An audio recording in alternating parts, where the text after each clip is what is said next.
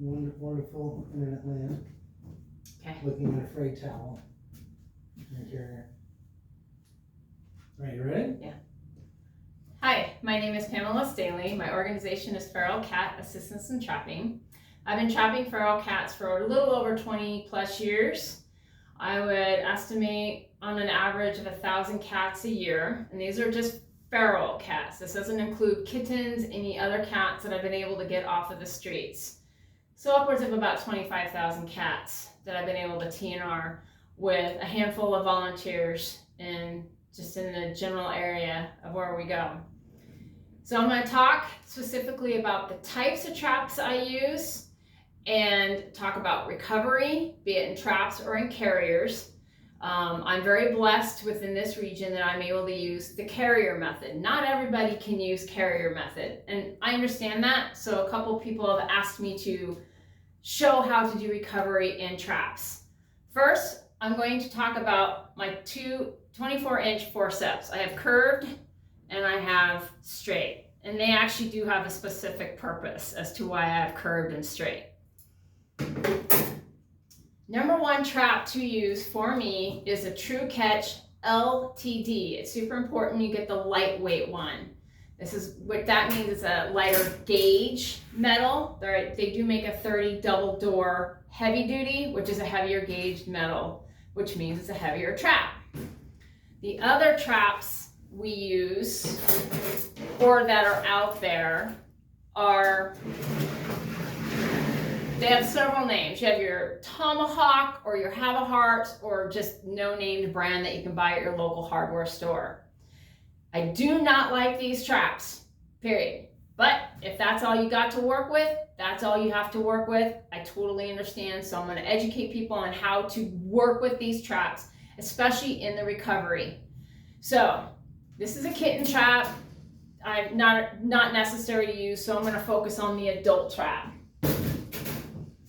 So in general, when cats are spayed and neutered in the traps, they poke them through the holes to sedate them, and then they're pulled out, and then they're put back into the trap.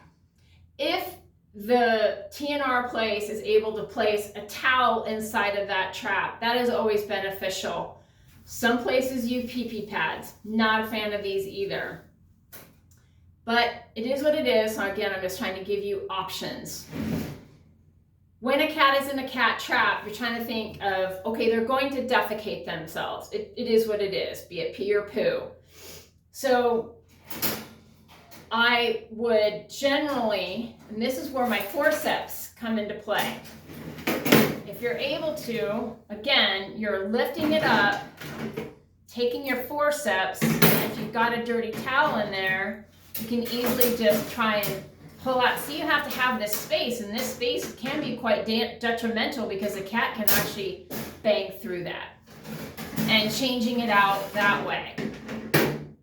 Utilizing a pee-pee pad, if necessary. Getting it prepped, so to speak. And here we go.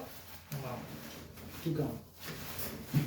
Again, these get kind of snagged up, and you just grab it and you poke it in to the best of your ability. And there you go. Some people ask about feeding. Do not put a dish of water in there or a dish of dry food. Use a dish with wet food, add a little bit of water to it, preferably a flatter dish, because that way you're not having so much space to open and you can just slide it in. Elevate the traps. Back in the day when I first started, I literally had sawhorses everywhere, 2x4s on those sawhorses, and I would have the traps on them, a space heater, and I would cover everything so they could have heat. Then when I was able to use them to put them into carriers, that's the process I used. So again, not my favorite trap, but if it's all you got, it's all you got.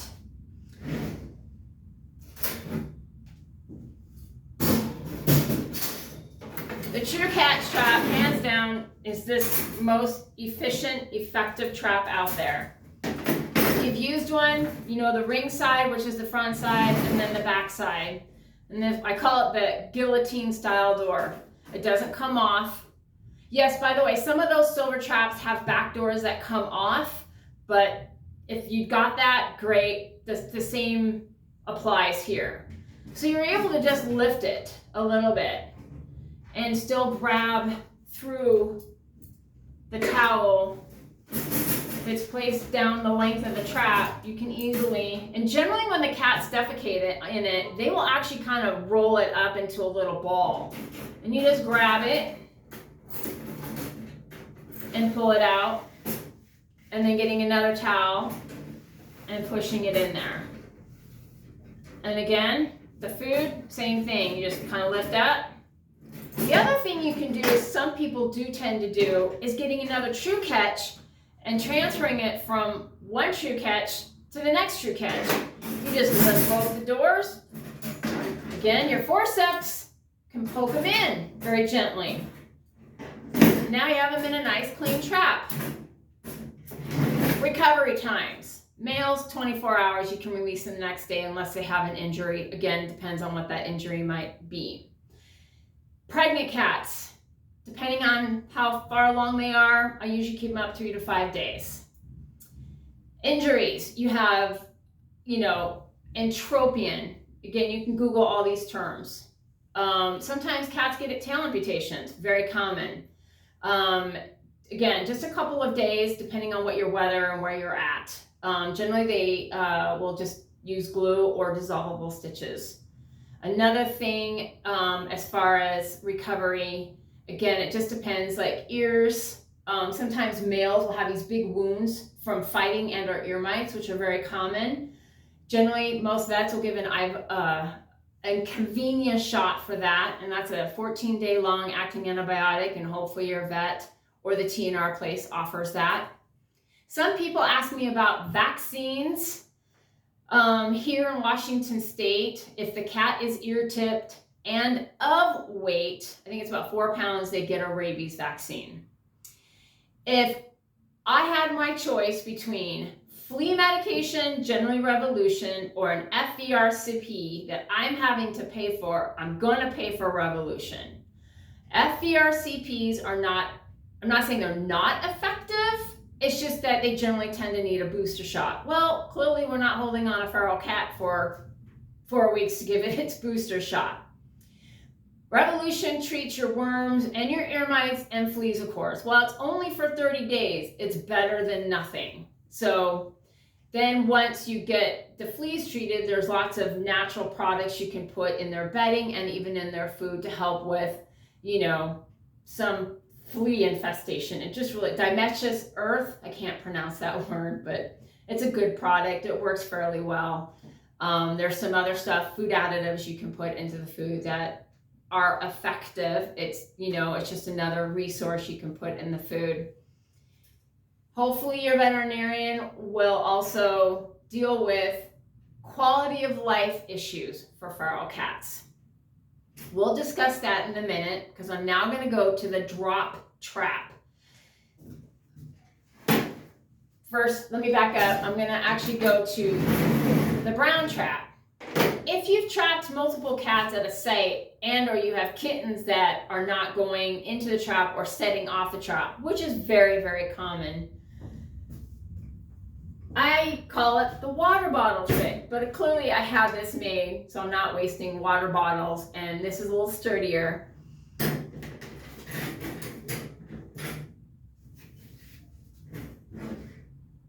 Sets on the corner, and I have a long string. So if a cat that, if you see, has an ear tip, goes in and out, no problem, right? That's great, but let's just say it's one that you're trying to get that hasn't been ear tipped, or you have 2 or 3 kittens that aren't quite setting off the ramp. And it really depends on the distance of where you're trapping. So I actually have a pair of binoculars because I'm blind. So I can always kind of see if the one that's in the trap is ear tipped or not.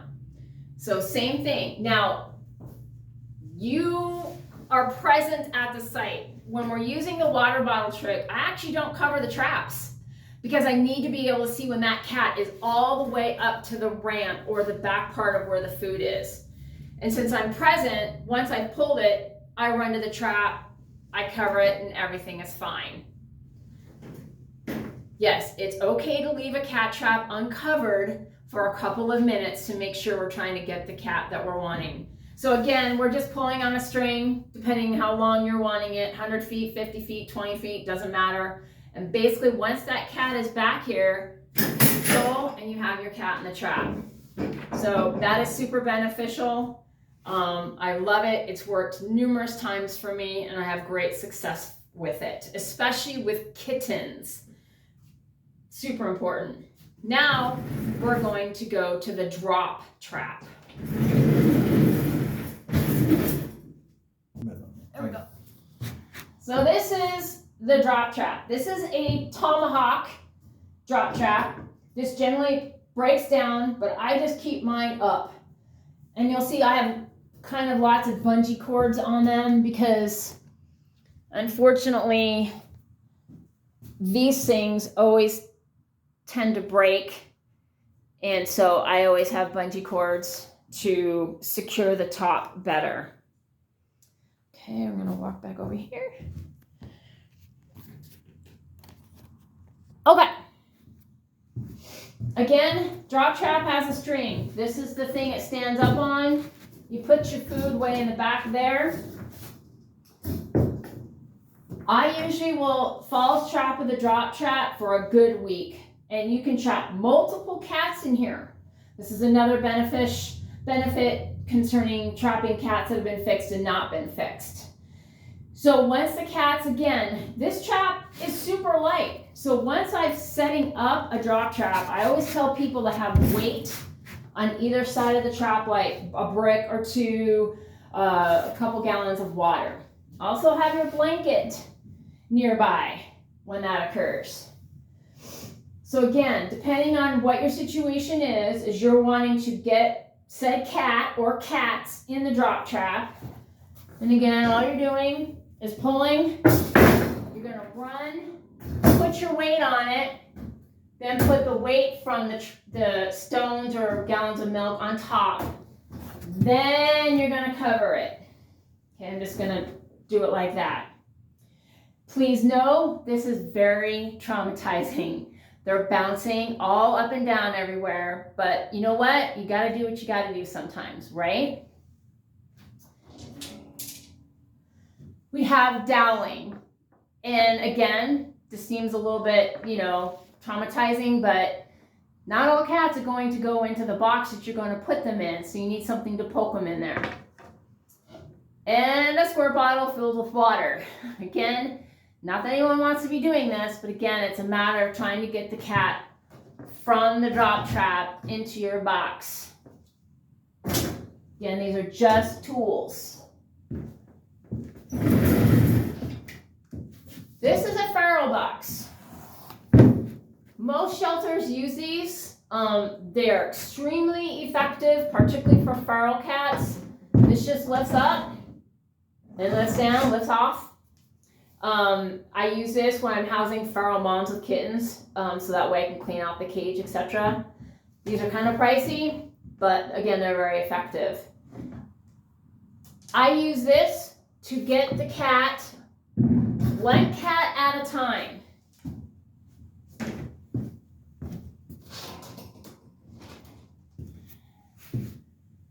This is a transfer board.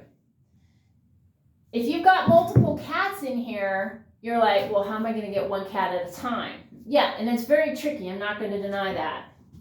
So what I tend to do is utilizing this, the door to the tomahawk trap, and I try to get one cat in at a time, and I have this like this, and when I got one, I drop both doors down. Then I check to see if it's ear-tipped or not. If it's not ear-tipped, again, if you're able to use the carrier method, I transfer it into a carrier. If you have to use a cat trap, I would then transfer it into a cat trap. And how I do that, again, the True Catch trap is the most effective. But again, you have to understand that this feral box is a bit wider than the True Catch. And you hope it goes in there. There you go. Then again, one more time. Multiple cats at a time, and it goes down. You only got one cat in there. And again, this is where it can be a little bit traumatizing. and you're just trying to steer them towards the feral box. When that's open, and then you drop. And sometimes, like I said, and a squirt bottle. Again, I know it can be very traumatizing, but you have to do what you have to do. I don't know I know the Tomahawk trap, I think butts up against and has the same size opening hole. But clearly, with this type of trap, because it has no back end that lifts up, it's not like you're going to be able to lift this up and say, here you go, kitty, kitty, because you have all this space in between there. So this type of trap without a back end is not effective. Honestly, don't know what other people really use, but if this had a back, it would line up a little bit better. Not perfect. These are a little wider than the True Catch, but again, if you have a back, then you know you've got your problem solved. But most of these traps are just sold at your local hardware store, and that's why these are so more readily available.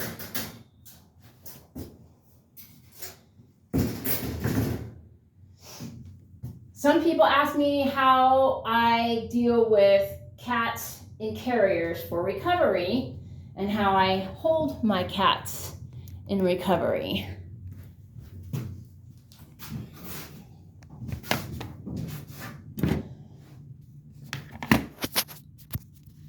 I'm very fortunate in how I can hold feral cats. So here's a young one. So basically, I'm usually pretty brave that I can just pull the towel out and put the towel in. But again, he's young and he's not, bolting.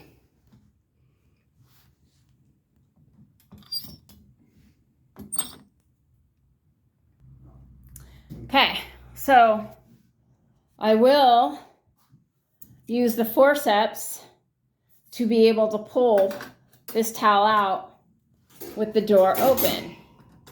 I'm gonna try and do this with one hand. This cat's pretty calm. We'll go here. So as you can see, I use this and I pull it out, and I can utilize it to put it back in and straighten it out. And close. Again, I only feed wet food in a dish with water in it. You don't need to put a separate dish with water and food in it. There are places that house feral cats in large dog crates with litter boxes. Great, if you can do that and you want to spend that time and money on it, that's a lot more work for me personally. But again, to each his own. It's good for recovery. On that aspect, I would say, sure, that's great. But again, it's just not cost effective either for me. And I'm going to kind of do a run around of my feral shed. So this is a tough shed, 15 by 15. I have windows that on the outside have that mesh wire stapled. This is feral proof. I have a wallboard heater. And then I got racks, and racks, another window and racks that I can house my feral cats on. Oh, I even have an air conditioner for the summertime when it gets hot. Oh, where'd it go? There it is, my air conditioner. So this was something that was super special for me to build. And it was a dream of mine instead of using my garage. So that was a huge blessing. And it's just a lot more efficient, effective, and it's just been wonderful to use. So anyways, I hope this answers some of the questions that most people asked. I'm not going to talk about quality of life on a lot of issues because a lot of people have serious issues like stomatitis, broken legs. I personally don't believe those should be kept alive. I'm not amputating a feral cat's leg. Stomatitis, if you Google and see some of my pictures on Feral Cat Assistance and Trapping's Facebook pages, they're ugly. They're in pain, they're suffering, And for me, it's all about the quality of life for a feral cat.